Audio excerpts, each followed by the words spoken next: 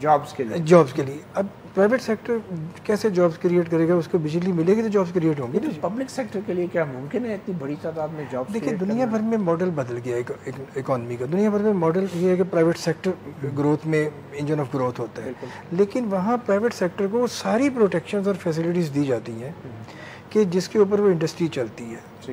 جی اچھا, اب میں تاجر برادری کی طرف آتا ہوں. احمد صاحب, آپ تاجر برادری کے لیے تو بظاہر تو کافی انسینٹیوز ہیں, اور ٹیکس کے حوالے سے خاص کر مشینری اور آلات جو ایگریکلچر سیکٹر کے ہیں اس طرف, اور پھر دوسرے حوالے سے بھی کافی آپ کو جو توانائی کے جو شعبے ہیں اس میں بھی کافی انسینٹیوز دیے گئے ہیں. کس حد تک یہ ٹریڈرز کے لیے بزنس فرینڈلی بجٹ ہے آپ کے نزدیک؟ بسم اللہ الرحمن الرحیم. سب سے پہلے تو میں آپ کا شکریہ ادا کرنا چاہوں گا کہ آپ نے مجھے اس پروگرام میں انوائٹ کیا. جیسا کہ ابھی آپ نے فرمایا کہ وہ ایگریکلچر کے اوپر انہوں نے وہ جو آپ جتنی بھی مشینریز وغیرہ امپورٹ کریں گے اس پہ وہ ٹیکس فری ہوگی. اس وقت جو صورت حالات میں آپ کو بتانا چاہ رہا ہوں کہ ابھی تو فائنلائز نہیں ہوا, مطلب ابھی تجویز ہے, مطلب ابھی اچھی تجویز ہے. اس سے کافی فرق پڑے گا, خاص کر ہمارے ایگریکلچر سیکٹر کو کافی بینیفٹ ملے گا, اور اس سے مطلب پرائیویٹ سیکٹر کو بھی اچھی خاصی اس میں میرے خیال سے ڈیولپمنٹ آئے گی. دوسرا رہا کہ اس بجٹ کے اندر کہ آپ بزنس فرینڈلی ہے یا نہیں ہے. جو ہماری پرپوزل تھیں ابھی تک تو ہمیں اس میں کوئی ایسی چیز نظر نہیں آئی, سوائے کہ کے پی کے کا جو ہوا ہے وہ بھی ہمارے جی ہاں پشاور کے پی کے جو وہاں پہ ٹیکس کی چھوٹ دی گئی ہے 5 سال کے لیے. یہ دیکھیں جی پھر دوسرے صوبوں کے ساتھ زیادتی ہو گئی. وہ اس لحاظ سے کہ دیکھیں پہلے بھی یہ پہلے ہو چکا ہے سوات کے ایریا میں بھی, آپ کو یاد ہوگا اس وقت 10 سال کا انہوں نے فری زون بنایا تھا وہاں پہ. مگر آپ کو ماننا پڑے گا کہ دوسرے صوبے اس جنگ سے اتنے متاثر نہیں جتنا خیبر پختونخوا. بالکل آپ کی بات بالکل بجا ہے, کوئی شک نہیں, آپ کمپیئر نہیں کر سکتے چاروں صوبوں سے, اور یہ اسی مقصد کے لیے. بالکل بہت اچھا پوائنٹ ہے, وہ میں اس کر رہا ہوں کہ یہ نہیں کہہ رہا کہ نہیں ہونا چاہیے, بالکل ہونا چاہیے, لیکن اسی طرح ان کو انسینٹیو دوسرے سیکٹرز کو بھی دینا چاہیے. دیکھیں اس طرح انرجی کے سیکٹر میں سارے سروائیو کر رہے ہیں. ہر کسی نے کوئی اپنا جنریٹر لگایا ہوا ہے, کوئی سولر کے اوپر چل رہا ہے, کوئی کسی طرح سے, مطلب وہ اپنا گزارا بیچارے کر رہے ہیں. آپ دیکھیں ان کی کاسٹ کہاں سے کہاں چلی جائے. تو دیکھیں یہ پورے پاکستان کی بات ہو رہی ہے, بجٹ صرف پاکستان کا نہیں, سوری ایک علاقے کا نہیں, پورے پاکستان کا میرے خیال سے یہ بجٹ. تو گورنمنٹ کو کنسیڈر کرنا چاہیے کہ دوسرے ایریاز کو بھی ہم تھوڑے سے بینیفٹ دے دیں, تاکہ ہماری جو انڈسٹری آپ کے سامنے اس وقت وہ کس سٹیج پہ کھڑی. نہیں تو ابھی آپ سمجھتے ہیں کہ اس بجٹ میں کوئی بینیفٹ آپ کو نہیں ملے ابھی بزنس انڈسٹری کے لیے؟ ہمیں کوئی ایسا کوئی نظر نہیں آ رہا کہ جو بینیفٹ ہونے چاہیے تھے. جیسے ہم نے سیل ٹیکس اسکیم سے بات کی تھی, اس کو سنگل ڈیجٹ پہ آپ لے کے آ جائیں, وہ ابھی تک اس کا کوئی ہمیں پتہ نہیں چلا.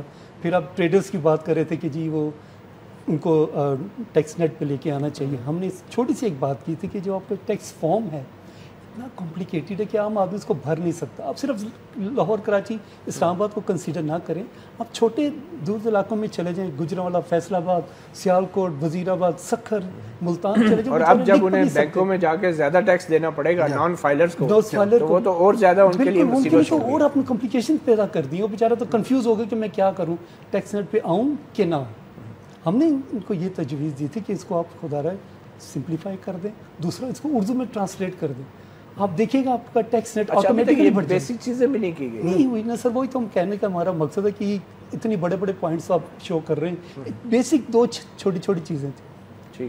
اچھا لودھی صاحب, تاثر یہ ملتا ہے کہ جو ایگریکلچر سیکٹر ہے جس میں ہم کہتے ہیں جی وڈیرے ہیں, لینڈ لارڈز ہیں, اور ان پہ پہلے ہی ٹیکس نہیں ہے اتنا, ان کو مزید انسینٹیو دیے گئے ہیں. اور دوسری طرف ایک جو پراپرٹی ڈیلنگ کا سیکٹر ہے جس کو آپ کنسٹرکشن انڈسٹری بھی کہہ سکتے ہیں, اور یقیناً آج کل بوم پہ ہے, ان کو مزید رعایت دی گئی ہے, اور 3 سال کے لیے ان کو ٹیکس میں چھوٹ دی گئی. ایگریکلچر سیکٹر میں آلات اور اکوپمنٹ کی امپورٹ پہ بہت چھوٹ دی گئی ہے. تو ان دونوں سیکٹرز کے اوپر یہ جو فوکس ہے, اس کا وجہ کیا عام عوام ہیں یا کوئی خاص مفادات؟ دیکھیں جو ایگریکلچر کا ایشو ہے نا جی, اس کو آپ اس طرح لنک کریں کہ یہ بجٹ جو ہے نا بنیادی طور پہ امپورٹ بیسڈ بجٹ ہے, اور امپورٹ بل بھی بڑھے گا. ہاں جی, آٹومیٹکلی بڑھے گا, کیونکہ جب آپ چیز امپورٹ کریں گے تو کاسٹ آف یعنی آپ کی ریزروز ہوں گے اتنے کہ آپ بیلنس آف پیمنٹ آپ کا خراب ہوگا, اس سے جا کے آپ کی ٹریڈ ڈیفیسٹ بڑھے گا, ٹریڈ ڈیفیسٹ بڑھے گا, اس کا افیکٹ آپ کے ٹوٹل ڈیفیسٹ کے اوپر آئے گا.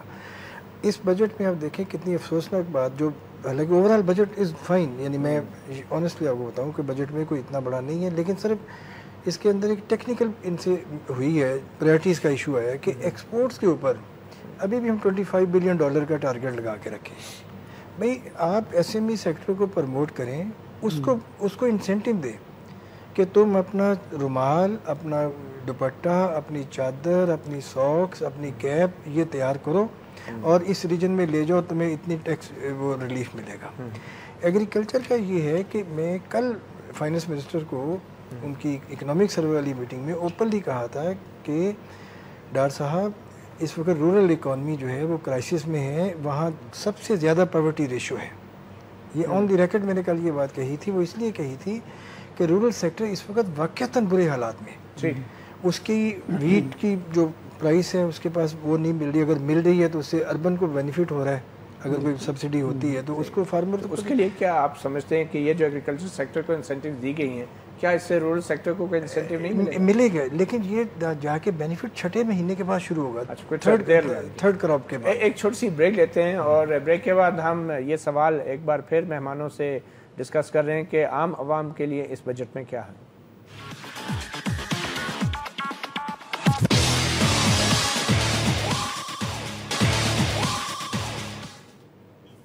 Welcome back. اپنا گریبان میں ہم بجٹ کے حوالے سے بات کر رہے ہیں. لودھی صاحب، اس وقت جیسے میں نے وقفے سے پہلے آپ سے پوچھا کہ ایک تو کنسٹرکشن انڈسٹری ہے اور ایک طرف ایگریکلچر سیکٹر. کنسٹرکشن انڈسٹری کے حوالے سے پہلے سے یہ تاثر ہے کہ وہ ایک مافیا کی صورت میں کام کرتی ہے اس ملک میں، لینڈ مافیا بھی ہم کہتے ہیں، اور پہلے سے وہ ٹیکسز ادا کرنے میں اتنی وہ انتھوزیاسٹک نہیں ہے.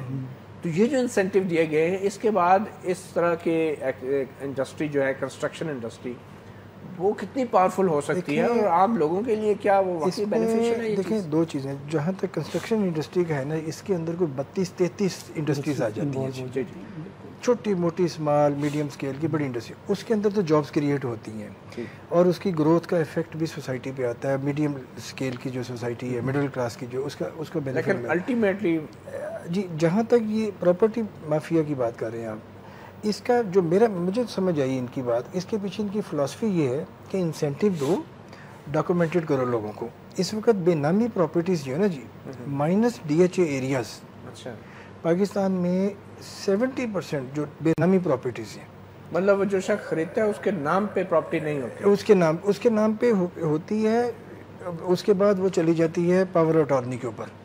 جی ٹھیک ہے جی. اور اس کی ٹیکسیشن گورنمنٹ کو نہیں ملتی، اس کے ٹیکسز وہ نہیں. اس میں یہ دیکھیں نا، جو رجسٹری ہے نا، DC ریٹ ہوتا ہے سپوز 1 ملین روپیز، رجسٹری ہوتی ہے 1.5 لاکھ روپے کی، تو اس پہ جو ٹیکس بنے گا وہ 1.5 لاکھ کے اوپر 3% ہوگا. اس پہ گورنمنٹ نے، جو میری سمجھ میں آئی ہے as a student of economics, وہ یہ آئی ہے کہ گورنمنٹ نے اس کو فلیٹ کر کے اوپن کر دیا کہ میکسیمم لوگ پلاٹوں کی خریدیں، کیونکہ اس وقت پاکستان میں جو آئیڈیل بزنس ہے صرف پراپرٹی فلیٹ اس کا رہ گیا، پلاٹس کا رہ گیا. اس کی ریزن یہ ہے کہ اوورسیز پاکستانیز اب عید کے بعد آنے والے ہیں، ایک بوم آئے گا آپ کے، پھر دسمبر میں آتا ہے. اچھا ادھر سے آپ آ جاتے ہیں ایگریکلچر کے اوپر. ایگریکلچر کا بینیفٹ ملے گا لوگوں کو. ٹھیک ہے. اچھا ہمارے ساتھ ٹیلی فون لائن پہ احسن اقبال صاحب بھی موجود ہیں. احسن اقبال صاحب، میں بہت شکریہ اپنا گریبان کو وقت دینے کا. ہمارے ساتھ یہاں پہ موجود ہیں لودھی صاحب جو ایک معاشیات کے ایکسپرٹ ہیں، اور ان کے ساتھ میر صاحب ہیں تاجر برادری کے نمائندے. آپ سے یہ میرا سوال ہے کہ اس بجٹ کے اندر جن انڈسٹریز کو کنسیشنز دی گئی ہیں، اس میں ایک تو ایگریکلچر سیکٹر ہے اور ایک کنسٹرکشن انڈسٹری ہے. میں آپ سے صرف یہ پوچھنا چاہ رہا ہوں کہ کنسٹرکشن انڈسٹری کو جو انسینٹیوز دیے گئے ہیں، اس انڈسٹری سے تو پہلے ہی کافی شکوے شکایات تھے کہ وہ ایک ڈاکومنٹڈ اکانومی کا اتنا حصہ نہیں ہے. اس مزید کنسیشن دینے کا کیا مقاصد ہو سکتے ہیں؟ دیکھیے، پہلی بات تو یہ ہے کہ ایگریکلچر کنسٹرکشن کے ساتھ ٹیکسٹائل سیکٹر کے لیے بھی پیکیج دیا گیا ہے، اور اس کے علاوہ خیبر پختونخوا کے اندر بھی انڈسٹری کے لیے پیکیج دیا گیا ہے. دنیا بھر میں یہ مسلمہ اصول ہے کہ کنسٹرکشن انڈسٹری اکانومی کی گروتھ کا بیرومیٹر ہوتی ہے، اور کنسٹرکشن انڈسٹری کے ساتھ اکانومی کے اندر گروتھ کے عمل کو تیز کیا جا سکتا ہے. کیونکہ جب کنسٹرکشن ہوتی ہے تو نہ صرف اس سے جاب کریشن ہوتی ہے براہ راست، بلکہ cement, steel, accessories, construction material, بہت ساری الائڈ انڈسٹریز ہیں جو ساری ان کے اندر ایک نئی لہر پیدا ہو جاتی ہے. تو لہٰذا ضروری سمجھا گیا کہ اس میں ایک تیزی لائی جائے، جس سے اگلے سال ہمارا جو ٹارگیٹ ہے 5.5% اس کو ہم اچیو کر سکیں. ساتھ ایگریکلچر کیونکہ پچھلے سال بہت متاثر ہوئی تھی اور انٹرنیشنلی بھی کموڈٹی مارکیٹ جو ہے وہ کریش کرنے سے ایک بحران ہے ایگریکلچر کے اندر, تو اس کو بھی کوشش کی جا رہی ہے کہ ریوائو کیا جائے.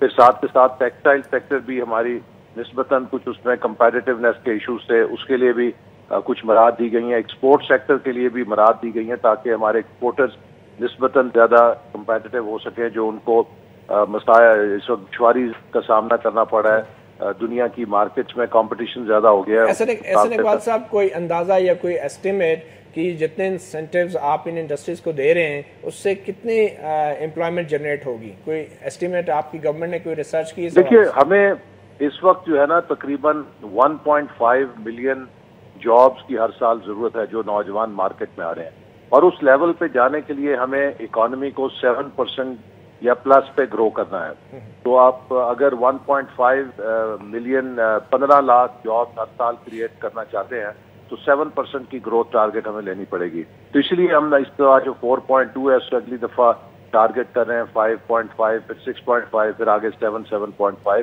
تو آپ سمجھ سکتے ہیں کہ اس سے آئی وڈ سے کہ کلوز ٹو 6-7 لاکھ سے لے کے 1 ملین تک ہم جب جاب کریٹ کرنے میں کامیاب ہو جائیں تو وہ بڑی کامیابی ہوگی. تو آپ کیا کہنا چاہ رہے ہیں کہ جو ابھی گروتھ ریٹ ہمارے سامنے آیا ہے 4.2 کا, تو اس کے مطابق تو پھر تقریباً 6-7 لاکھ لوگوں کو آپ نے روزگار فراہم کیا اس مالی سال میں جو گزر گیا ہے؟ آپ یہ کہنا چاہ رہے ہیں شروع ہوا ہے نا, ریکوری شروع ہوئی ہے. آپ کو پتہ ہے پچھلے 6-7 سال میں 2.5-3.5% کے اوپر اکانومی ٹریپ ہوئی تھی. تو 4.2% جو گروتھ آئی ہے اس سال, یہ پچھلے 7 سالوں میں ہائیسٹ ہے. تو اب ہم ایک ریکوری کے موڈ میں جا رہے ہیں اور انشاءاللہ تعالیٰ مجھے امید ہے کہ اب اس سے زیادہ جاب کریشن ہوگی. پرٹیکولرلی ہمارا فوکس ہے اسمال میڈیم انٹرپرائز کی طرف, کیونکہ جب اس کے اندر پھیلاؤ آتا ہے, جب نئے بزنسز سیٹ اپ ہوتے ہیں تو اس سے جاب کریٹ ہوتی ہے. لارج اسکیل مینوفیکچرنگ تو مینلی کیپٹل انٹینسو ہوتی ہے, اس کے اندر اتنی جاب کریشن نہیں ہوتی. تو ہم کوشش کر رہے ہیں کہ اسمال میڈیم انٹرپرائز میں زیادہ فوکس کیا جائے, اس کے ذریعے زیادہ جاب کریشن ہوگی. اچھا, تقریباً ایک اندازے کے مطابق 250 ارب روپے کے اضافی ٹیکسز جو ہیں حکومت کو ملنے کا جو ہے امکان ہے. ان اضافی ٹیکسز کے باوجود بھی جو آپ کے سوشل سیکٹر کے حوالے سے جو آپ کا فوکس ہے وہ کچھ اتنا خاص نہیں لگ رہا, اس کی کیا وجہ ہے؟ دیکھیے جو سوشل سیکٹر ہیں یہ تمام کے تمام 18ویں ترمیم کے بعد صوبوں کے پاس چلے گئے ہیں. اب واحد سوشل سیکٹر جو مرکزی حکومت کے پاس ہے وہ ہائر ایجوکیشن ہے, اور ہائر ایجوکیشن کے اندر ہم نے پچھلے 2 سالوں میں ریکارڈ اضافہ کیا ہے. تقریباً 40 ارب سے لے کر اس کا بجٹ جو ہے 70 ارب سے اوپر لے گئے ہم, اور اس کا ڈیولپمنٹ بجٹ بھی پچھلے سال ہم نے 20 ارب کیا تھا, اس سال تقریباً 21 ارب کے لگ بھگ وہ جا رہا ہے. تو اس میں مسلسل ہم اضافہ کر رہے ہیں کیونکہ وفاقی حکومت صرف ہائر ایجوکیشن کے شعبے میں انویسٹ کر سکتی ہے. باقی ہم امید کرتے ہیں کہ جو صوبے ہیں وہ اپنے بجٹس کے اندر سوشل سیکٹر جس میں تعلیم ہے, جس میں صحت ہے, جس میں اسی طرح سینیٹیشن ہے, کلین ڈرنکنگ واٹر ہے, یہ جو بنیادی انڈیکیٹرز ہیں جو ملینیم ڈیولپمنٹ گول کے تھے, چاہے اس میں پاورٹی کے ایشوز ہیں, اس پہ صوبے کے حکومتیں زیادہ وسائل دیں. یہ ہمارے ساتھ ایک معاشی تجزیہ کار بھی بیٹھے ہیں, سکندر لودھی صاحب, یہ بھی آپ سے کچھ پوچھنا چاہیں گے. لودھی صاحب, احسن اقبال صاحب سے آپ کچھ معلوم کرنا چاہیں؟ جی احسن, یہ جو سوشل سیکٹر کا ایشو ہے احسن صاحب, اس میں یہ دیکھیں نا کہ 18ویں ترمیم کے بعد صوبوں کے پاس تو چلا گیا, لیکن فیڈریشن جو ہے نیشنل فائنانس کمیشن ایوارڈ کے ذریعے تو وہ فنڈز پاس آن کر فکس کر سکتی ہے نا کہ یہ شیئر جو ہوگا سوشل سیکٹر کے اوپر ہوگا, اور اس کے اندر پنجاب, بلوچستان, سرحد جو اور سندھ جو ہے وہ یہ کریں. تو کیا ایسا ممکن ہے کہ NEC کے لیول پہ یا فیڈرل کیبنٹ کے لیول پہ, کیونکہ فائنانس کمیشن ایوارڈ جو ہے اس کے اندر اس کی جی اس میں جا سکتا ہے نہیں مطلب یہ جو ہے نا نیشنل فائنانس کمیشن ایوارڈ یہ اس سال نہیں ہو سکا کئی ریزنز کے.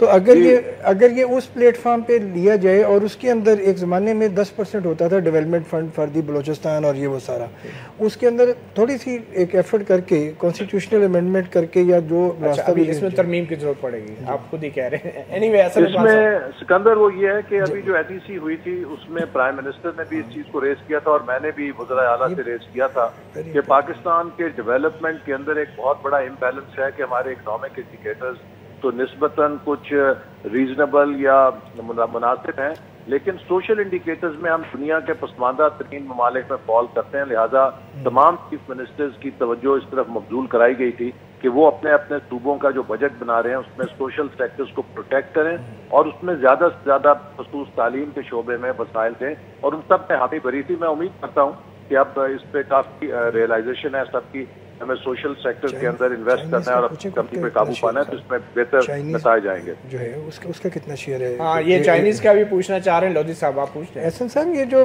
پاک چائنا کوریڈور کا ہوا ہے، اس کے اندر جو نیکسٹ ایئر کا بجٹ ہے آپ کا، اس میں کتنی ایلوکیشن فرسٹ ایئر میں رکھی گئی ہے؟ کوئی تھوڑا سا اندازہ ہے؟ دیکھیے جو China Pakistan economic corridor related projects ہیں، رفلی کوئی 170 ارب کے مختلف ایلوکیشن ہیں جو اس کو ڈائریکٹلی یا انڈائریکٹلی سرو کریں گی چائنا پاکستان اکنامک۔ نہیں لیکن اگر ہم اس کو فکس کر کے کریں کہ جی اسپیشل یعنی جو directly for the next financial year only allocation کیا ہے؟ جی میں نے بتایا نا کہ تقریباً 170 ارب روپے کی ایلوکیشن جو ہے وہ تقریباً چائنا پاکستان اکنامک کوریڈور کے انفراسٹرکچر کے پروجیکٹس کو جو ان کا نیٹ ورک ہے پورا اس میں کنیکٹ کرے گی کرنٹ ایئر کے لیے۔ نہیں یہ فائنینشیل ایئر ہوگا اس میں؟ جی موجودہ فائنینشیل ایئر۔ اچھا یہ ہمارے ساتھ تاجر برادری کے نمائندے مزمل حسین صابری صاحب بھی بیٹھے ہیں، صدر ہیں چیمبر آف کامرس اسلام آباد کے، یہ بھی آپ سے کچھ پوچھنا چاہ رہے ہیں۔ السلام علیکم احسن صاحب۔ جی وعلیکم السلام سر، کیسے ہیں آپ؟ ٹھیک ہیں؟ جی اچھا سر، ہماری آپ کے ساتھ لاسٹ میٹنگ ہوئی تھی آپ کے پلاننگ ونگز میں، جہاں پہ پورے پاکستان کے چیمبرز وغیرہ اکٹھے ہوئے تھے۔ ایک سب سے بڑا ہم نے ایشو اٹھایا تھا آپ کے سامنے، ایک تو ریفنڈ کا تھا، جو کہ آج ہمیں کچھ بجٹ میں بھی کچھ اس کا نظر نہیں آیا۔ سیکنڈلی آپ کو بتایا تھا کہ لوگوں کو یہاں پہ ان نیسیسری انکم ٹیکس کی طرف سے نوٹسز آ رہے ہیں اچھے خاصے، جس کی وجہ سے ہماری انڈسٹری کا اچھی خاصی پرابلم میں چلی گئی ہے۔ اسلام آباد کے اندر 3 یونٹ اس وقت اسٹیل کے بند ہو چکے ہیں، اس کے بارے میں بھی ہمیں کوئی مطلب پیش رفت نظر نہیں آئی۔ اور کچھ اگر ہماری آپ نے بجٹ تقریر سنی ہو غور سے تو اس میں وزیر خزانہ نے جو ریفنڈز کا معاملہ ہے اس کے اوپر بھی ڈیٹ دی ہے کہ اس تک وہ تمام سیٹل کر دی جائیں، اگست تک کی ڈیٹ۔ جی تو اس لیے اس پہ پیش رفت ہو رہی ہے۔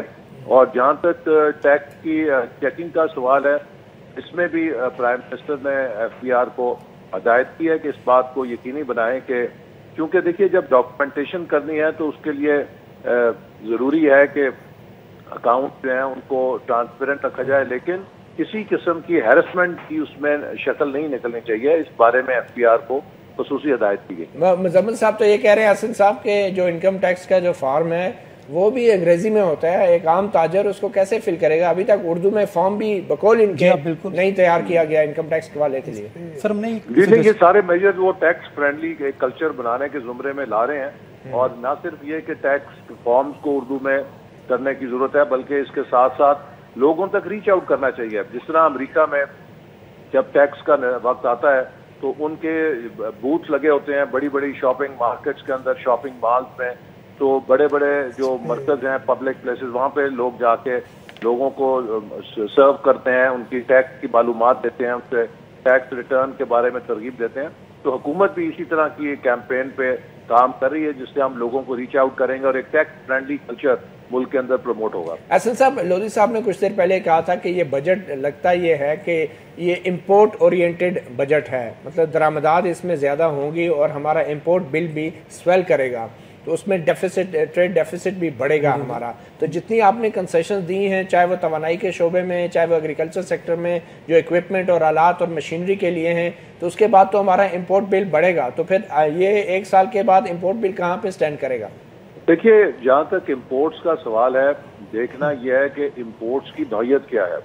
اگر تو امپورٹ میں اضافہ ہو رہا ہے مشینری کی صورت میں، پلانٹس کی صورت میں، وہ اکانومی کے لیے اچھی بات ہے۔ اس کا مطلب ہے اکانومی میں ماڈرنائزیشن ہو رہی ہے، اس کے اندر اپ گریڈیشن ہو رہی ہے، اس کے اندر نئی انویسٹمنٹ۔ لیکن اگر وہ امپورٹس ہیں کنزیومبلس کی، وہ امپورٹس ہیں گاڑیوں کی، وہ امپورٹس ہیں لگژری آئٹمس کی، وہ اکانومی کے لیے نقصان دہ ہوتی ہیں۔ تو اب جب اتنا بڑے پاور پلانٹس لگیں گے اور اتنے بڑے انفراسٹرکچر پروجیکٹس ہیں، یقیناً اس میں ہیوی مشینری امپورٹ بھی ہوگی، اس میں کچھ چیزیں پاور پلانٹ اکوپمنٹ باہر سے آئیں گے، وہ ایک اچھی بات ہے۔ وہ یہ ٹیکس کے حوالے سے مختصر سوال پھر بریک لیتے ہیں۔ لودھی صاحب کچھ پوچھنا چاہ رہے ہیں ٹیکس کے حوالے سے؟ احسن صاحب، یہ کیسا ایسا ممکن ہے کہ ڈاکومنٹیشن آف اکانومی کے لیے پاکستان میں جو ایک زمانے میں FBR نے ایک سروے بھی کیا تھا کہ ہر شاپ کے اوپر اس کا ٹیکس نمبر باہر لگانے کی پابندی لگا دی جائے اور اس کا ٹائٹل جو ہو دکان کا وہ ری کنفرم کیا جائے FBR کے سسٹم میں کہ آیا یہ دکان اور NTN نمبر میچ کرتا ہے. اس سے آپ کو آٹومیٹکلی ایک رجسٹر، اس وقت لاہور میں کوئی 50,000 جو یونٹ ہیں وہ نان رجسٹرڈ ہیں، اسلام آباد میں بھی ہزاروں کی تعداد. یہ میرے خیال میں اس طرف تو جائیں گے، جانا پڑے گا. جی حسن صاحب.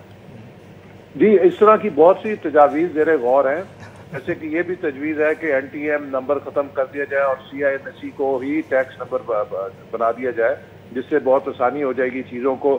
دیکھیں اصل میں تو ٹیکس کے نظام کو ایسا ہونا چاہیے کہ وہ لوگوں کے ساتھ انگیج ہی نہ کرے. آپ کے پاس جو پوری ڈیٹا ہے اکانومی کا، اس کے ذریعے آپ کمپیوٹر کے ذریعے آٹومیٹکلی بیٹھ کے لوگوں کو ٹیکس ٹیسٹ کر. چلیں حسن صاحب بہت شکریہ، میں معذرت چاہتا ہوں وقت بہت کم تھا. بہت شکریہ حسن صاحب، آپ نے ہمیں وقت دیا. ابھی ہمیں بریک پہ جانا ہے، بریک کے بعد بجٹ کے حوالے سے گفتگو جاری رہے گی.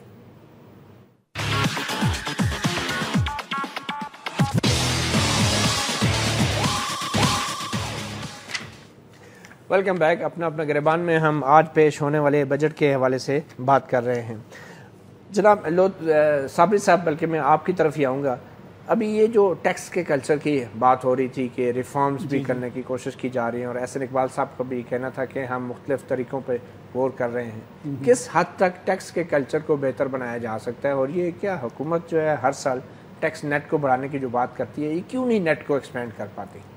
سر اس کی بیسک ریزن میں آپ کو بتاؤں کہ ایک تو ہم سب سے پہلے ہر چیز کو کمپیئر کرتے ہیں یورپ کے ساتھ کہ یورپ میں یہ پالیسیز ہیں، یورپ میں یہ پالیسیز ہیں. اب آپ دیکھیں کہ ہم اس وقت پاکستان میں بیٹھے ہیں اور ہمارے کرائسس کی جو سچویشن ہے وہ ساری آپ کے سامنے ہے. تو ہمیں چاہیے کہ ہم دیکھیں کہ ہم اپنے ٹیکس پیئر کو جو بینیفٹس کیا دے رہے ہیں. وہاں پہ دیکھیں ان کی ایجوکیشن فری ہے، ان کا میڈیکل فری ہے، ہم کیا ان کو پرووائڈ کر رہے ہیں.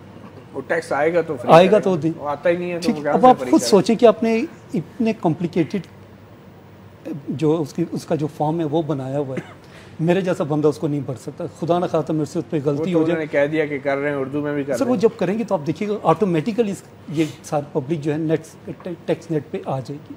دوسری بات یہ کہ ہمیں چاہیے کہ سروے کریں. عبداللہ یوسف صاحب کو آپ نے دیکھا تھا، بڑا ہی انہوں نے فیملی فرینڈلی FBR وہ کنسیڈر کر دیا تھا کہ یہ ہم نہیں چاہتے کسی قسم کی ہیرسمنٹ کریٹ کرنا، جس کا جو چاہتا ہے کہ ٹیکس پے کرے، بعد میں ہم دیکھیں گے.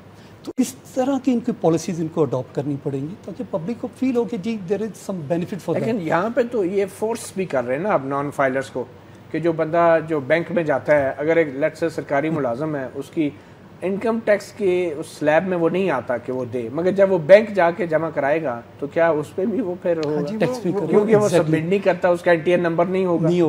اس ایک غریب آدمی کو بھی وہ بینک کا وہ ٹیکس دینا پڑے گا 0.6%، جس کا جو ہے ویسے ٹیکس دینا بنتا نہیں ہے. اگر اس نے NTN ساتھ نہیں شو کیا تو اس کو دینا، کیونکہ اس کا تو NTN ہوگا ہی نہیں. اب بے نظیر انکم سپورٹ والے جو لوگ ہیں، اگر ان کے اکاؤنٹ میں پیسہ جاتا ہے یا بینک اکاؤنٹ اس نے کھولا ہوا ہے تو وہ بھی وہ 0.6% کے حساب سے اپنی اس کا اتنا بنے گا تو نہیں، مگر یہ ہے کہ اصولی طور پہ تو یہ گڑبڑ ہوگی. سسٹم میں لوگ آ جائیں گے نا. تو کیا ایسے فورس ہو جائیں گے لوگ آپ کے خیال میں، لوگ بینکوں سے پیسہ پھر ٹرانزیکشن کم کر دیں گے، کیا ہوگا؟ پنجاب کے بہت سارے شہروں میں ابھی بھی لوگ صندوقوں میں پیسے رکھتے ہیں، اور بڑے انڈسٹریل ایریاز میں، جس میں فیصل آباد بھی شامل ہے، گجرانوالہ بھی شامل ہے، سیالکوٹ بھی شامل ہے. لوگ بینکوں کے اوپر، بینکوں کا ان کے ساتھ وہ ایک ٹرسٹ کا ایشو چل رہا ہے کہ ان کو یہ خطرہ ہوتا ہے کہ جہاں 1 ملین کراس ہوا اس کے بعد FBR کے اس کے اندر ان کے آ جائے گا. پھر ابھی جو نادرا نے آپ کا جو نیا NTN لگایا ہے، اس کے اندر ایک چپ انہوں نے ایسی لگا دی ہے کہ جہاں آپ ٹرانزیکشن کریں گے نا، آٹومیٹکلی آپ ٹیکس نیٹ میں آ جائیں گے. اچھا آگے آگے رول شروع ہو جاتا ہے FBR کا، کہ آپ نوٹس بھیجتے ہیں 100 آدمیوں کو، اس کے اندر کمپلائنس کرتے ہیں 3 آدمی. ان 3 آدمیوں کے پیچھے FBR ڈنڈا لے کے پڑ جاتا ہے کہ آپ یہ بھی چیز پوری کریں، یہ بھی، اور ان 97 کو وہ اگنور کرتا ہی نہیں ہے. جب تک آپ یہ دیکھیں نا، جسٹس یہ ہے کہ جو پولیٹیکل گورنمنٹ ہو یا ملٹری گورنمنٹ، جب تک اس کی ول نہیں ہوگی نا، آپ کا پولیٹیکل، آپ کا ٹیکس سسٹم کبھی ٹھیک نہیں ہو سکتا. آپ نے ذکر کیا شاید لاہور میں بہت بڑی تعداد میں لوگ جو ہیں وہ ٹیکس نہیں دیتے، بلیو ہی نہیں ہے، پاکستان میں بلیو نہیں ہے. FBR ایز این انسٹیٹیوشن کیا اتنا انڈیپینڈنٹ ادارہ ہے کہ بغیر کسی سیاسی دباؤ کے، بغیر کسی تفریق کے وہ لوگوں سے ٹیکس کی وصولی کرے یا ان کی جانچ پڑتال دیکھیں جی اس کا ایک ہی حل ہے کیا انڈیپینڈنٹ ادارہ ہے کہ آپ دیکھیں ورلڈ بینک نے اس کو خود مختار بنانے کی تجویز دی, اس پہ عمل نہیں ہوا. وہ تو ٹریننگ کرا کے مار گئے. ہاں جی ٹھیک ہے جی, آپ کے سافٹ ویئر $500 بلین آپ کا ویسٹ ہوا. ٹھیک ہے جی, اسٹیٹ بینک کو وہ کہہ رہے ہیں اٹانومس اسٹیٹس نہیں, آپ نہیں دے پا رہے. جہاں خود مختاری آئے گی وہاں پولیٹیکل یا اقتدار وہ چودراہٹ ختم ہوتی ہے, ویک ہوتی ہے. اور یہ جو لوگوں سے ٹیکس جو اتنا آ رہا ہے وہ بھی مس یوز ہو رہا ہے. دیکھیں جی بالکل آپ یہ دیکھیں سر کہ آپ کا جو ریونیو ہے اس کے اندر لیکیج جو ہے وہ دنیا میں ہائیسٹ جو نمبرز والی کنٹریز ہے اس میں آتا ہے. اور ٹیکس لیکیج کبھی میرے اور آپ کی مرضی کے بغیر نہیں ہو سکتا. دونوں پارٹیز پارٹی اے اور پارٹی بی ایک دوسرے کو سپورٹ کریں گی تو لیکیج ہوتی. ہم تو یہ دیکھتے ہیں نا کہ بڑے بڑے وزراء اور سیاستدان ان کا کئی لوگ ایسے بھی ہیں کہ جن کا سالانہ ٹیکس جو ہے چند ہزار روپے. میں آپ کو بڑی آنیسٹلی جب اس طرح کا پیغام عام آدمی سنتا ہے یا عام کاروباری آدمی کہتے ہیں یار اگر یہی لوگ نہیں ٹیکس دے رہے, اتنی بڑی بڑی گاڑیوں میں آتے ہیں, بڑے بڑے بنگلوں میں رہتے ہیں, ہوائی جہاز پہ سفر کرتے ہیں اور ٹیکس کیا دے رہے ہیں. میں آپ کو گزارش کروں ان کا ریکٹ ہے نا جی, یقین کیجئے گا 30% بھی جو ریٹرنز ہیں نا ممبران پارلیمنٹ کی, میں معذرت سے کہوں گا وہ پارلیمنٹ میں ریزولوشن نہ لے آئیں, وہ اس کے اوپر سب جو چیزیں ہیں وہ بالکل کاغذی ہیں, اس کے اندر کوئی بنیاد نہیں ہے, بیس لیس وہ ریٹرنز ہیں. لیکن ایف بی آر کی لیڈرشپ کا ایشو یہ ہے کہ وہ نوکری کریں یا ٹیکس اکٹھا کریں. یہ بڑا ایشو ہے جی, بڑا. اس کا ایک ہی حل ہے کہ آپ ٹیکس ریکوری کو پرائیویٹائز کر دیں, مختلف بڑے گروپس کو انٹرنیشنل کمپنیز کو ہائر کریں, ان کو ٹارگٹس دیں کہ جی ہم نے کسٹم سے اتنا پیسہ نکالنا ہے, انکم ٹیکس سے اتنا نکالنا ہے, اوپن بڈ کریں. ٹھیک ہے جی, بڈ کریں جیسے یہ ریونیو ہمیں دیتا ہے. جیسے آپ پلوں کا ٹھیکہ دیتے ہیں, راوی کا جو ٹھیکہ ہے ایک زمانے میں ایک ہندو کے پاس تھا, وہ بھی 52-53 کروڑ روپے کما کے. لودھی صاحب آپ کو پتہ ہے ٹیکس مشینری ہی بیسیکلی اسٹیٹ مشینری ہوتی ہے. اسی ٹیکس مشینری کے ذریعے ہی تو ریاست اپنا کنٹرول رکھتی ہے بزنسز پہ, لوگوں پہ, شہریوں پہ, اداروں پہ. اگر یہ مشینری آپ ایک پرائیویٹ آدمی کو دے دیں گے, یہ تو حکومت نہیں آپ پرائیویٹائز کر دیں گے. میں متی صاحب آپ کو گزارش کروں, ایک زمانے میں تاثر ہوتا تھا کہ پولیس سے کے ہتھے جو چڑھ گیا بچتا نہیں ہے. اب تاثر یہ ہے کہ جو ٹیکس والوں کے ہتھے چڑھ گیا وہ نہیں بچتا, جو ایک دفعہ ان کے نزدیک چلا گیا.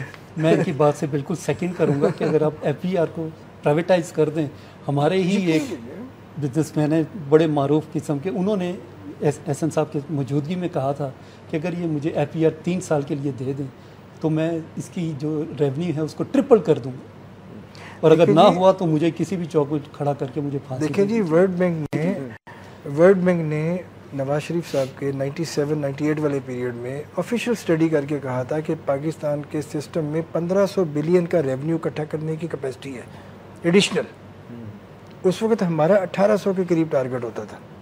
ٹھیک ہے جی, اس کا مطلب کہ ہم 30-3500 بلین کی کیپیسٹی والا ملک ہے. اور یہ ہمارا تو وہ ملک ہے جو بلینز آف روپیز چیریٹی میں اور انڈاکیومنٹڈ اکانومی چیریٹی میں جاتا ہے. لوگ ٹیکس نہیں دیتے, زکوٰۃ دیں گے اور پرائیویٹلی دیں گے, ڈاکیومنٹڈ نہیں ہوگا, اور بینک کے اکاؤنٹ سے ڈیڈکشن کے علاوہ بھی لوگ چیریٹی میں دیکھیں جی. اس میں وجہ یہ ہے بڑے بڑے فلانتھروپسٹ جو ٹیکس شاید نہیں دیں گے لیکن وہ چندہ دیں گے, اس کی اعتماد کی کمی کی وجہ. اعتماد اصل ایشو دیکھیں دنیا بھر میں نا جی ٹیکس کوئی خوشی سے نہیں دیتا. فیئر ٹیکس سسٹم ہوگا نا جی, فیئر ٹیکس سسٹم ہوگا تو لوگ ٹیکس دیتے ہیں. ٹھیک. اچھا آخر میں مجھے یہ بتائیں, آپ توقع کر رہے ہیں لودھی صاحب کہ کوئی اس کے بعد بھی ایک منی بجٹ آئے گا؟ کئی آئیں گے جی, کئی آئیں گے, آتے رہیں گے. تو پھر یہ جو بجٹ پارلیمنٹ کے سامنے پیش کیا جاتا ہے, بحث ہوتی ہے, منظور کیا جاتا ہے, یہ کیا ہے؟ دیکھیں پارلیمنٹ کی تو دلچسپی کا یہ عالم تھا کہ کل پریزیڈنٹ صاحب کی تقریر کے وقت 40% لوگ ممبرز موجود نہیں تھے وہاں, اور آج اس سے بھی کم تعداد تھی. وہ تلاوت قاری صاحب اگر لمبی نہ کرتے تو ممکن ہے فائنانس منسٹر صاحب کی بجٹ تقریر آدھے سے زیادہ ممبران بعد سیکنڈ پارٹ میں سنتے. یہ پارلیمنٹ کے انٹرسٹ کا لیول ہے جو بڑا افسوسناک ہے کہ جس نے پورے ملک کے پولیٹیکل سسٹم کو چلانا ہوتا ہے. اچھا دوسرا یہ بے نظیر انکم سپورٹ میں پیسے 102 ارب روپے کر دیے گئے, اور پیپل پارٹی والوں کا آپ بھی تالی بجاؤ کیونکہ بے نظیر کا نام اس میں آ رہا ہے. کچھ لوگوں کا خیال ہے یہ قوم کو بھکاری بنا رہے ہیں. نہیں بھکاری نہیں ہے جی, وہ سسٹم برا نہیں تھا, یہ ایک انٹرنیشنل ماڈل تھا, اس کے دور میں شروع کیا گیا تھا.